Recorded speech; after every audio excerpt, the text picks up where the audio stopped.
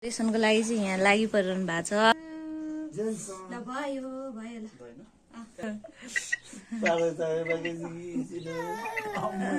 ल डेकोरेसनको काम हुँदैछ। यहाँ भाइले चाहिँ तयारी गर्दै हुनुहुन्छ। ल भाइ के भयो? डेकोरेसनको लागि चाहिँ यहाँ लागि परिरहनु भएको छ। नानी मेरो छोरी यहाँ आँदैछ अनि यहाँ भाइ दुईटा भाइ हुनुहुन्छ। हाम्रो डेकोरेसन चाहिँ लगभग फाइनल हुन लागिसकेको थियो अनि यता हाम्रो पूजा हुँदै थियो। पूजा सकेर अनि फाइनल गर्ने भनेर हामी चाहिँ पूजातिर लाग्यौँ। सकिसकेपछि चाहिँ हामी पुस्तकलाई ढोक्दैछौँ तालैसँग।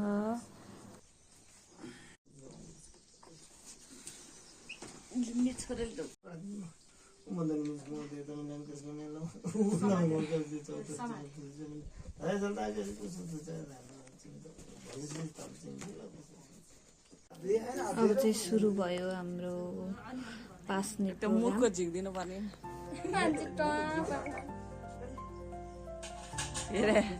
हेरे हेरे भइरहेको छ। कति सेतो देखेको अहिले आज चाहिँ अरू बेला भन्दा नि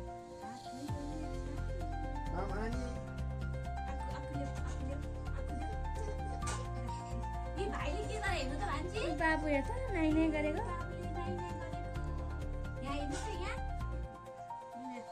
बाबु त्यहाँ दङ पर्दा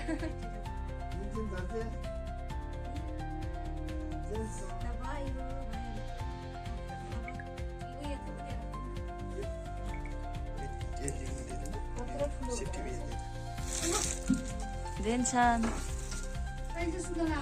उसले अब अर्कै भयो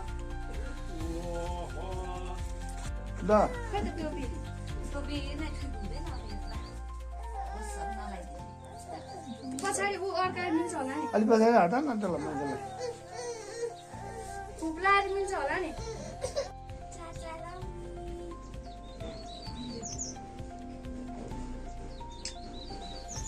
टोपी ऊ हालेर मिल्दैन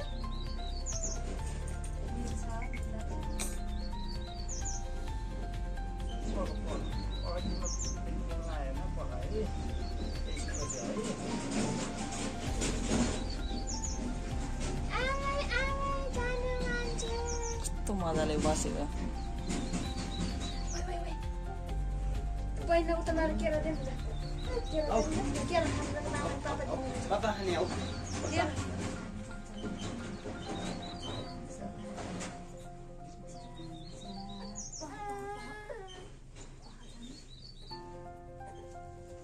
हेर मलाई देखाएको मान्छे किन देखाउनु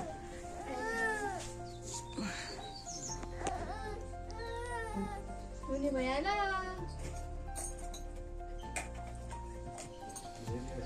खानेकुराहरू टाढा भयो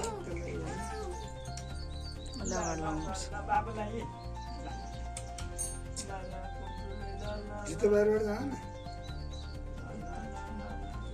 जुत्ता नलाने हुन्छ भाग्दैन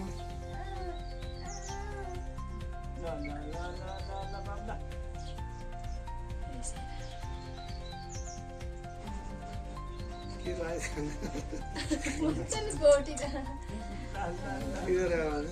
लाग्यो रातो भइरहेको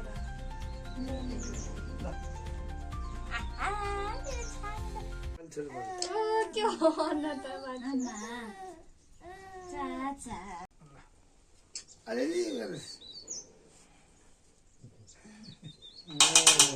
अब यस्तो गर्नतिर भनेर सम्झेर नि बस्यौँ उत्तर दही ल अब तिनचोटि आइ आइ गरेर यहाँ फाल्दे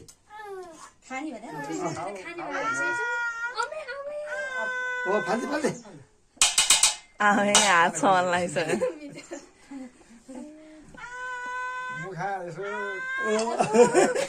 मुखा केही लगाउँदैन बिचरा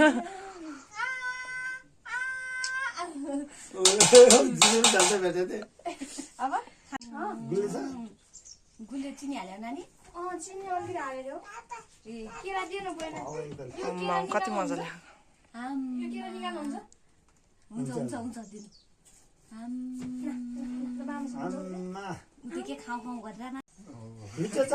स्वादले खायो नि त मिठो छ कतिचोटि खा 3 चोटि हुन्छ बिउ ए मा ल ल ल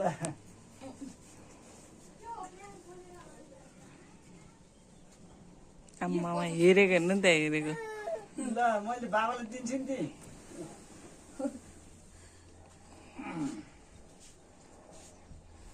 दिएर भन्दैन है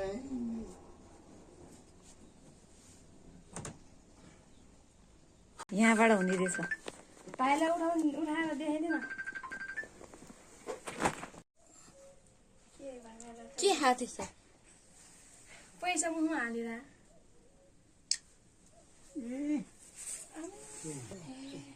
दिदीले पैसा उजुर गर्ने ल मागिरह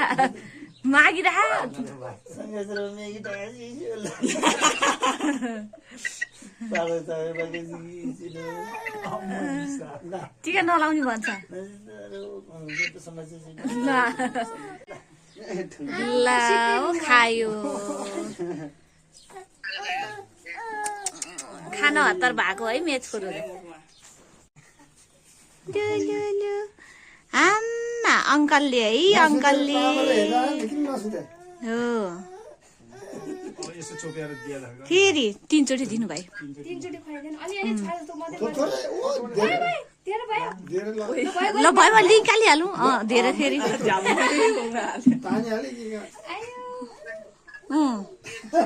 रमाइराख गरेर ल अब एकचोटि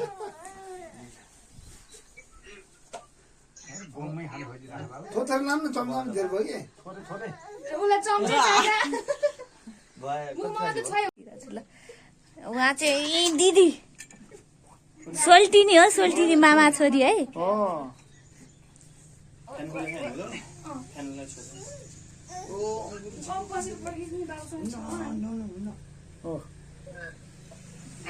काहीँ त कति मजाले खायो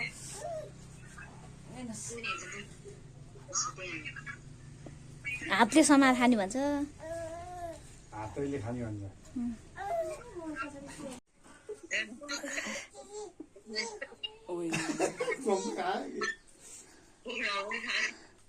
समाउनु खोज्छ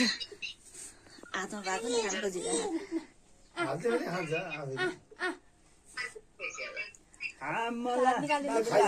यसो छुनिहाल्नु भएन त्यो पुग्दिनु पर्ने मुख कसरी निजाले सानो उडिरहेछ त्यहाँ न पैसा न लिनुहोस्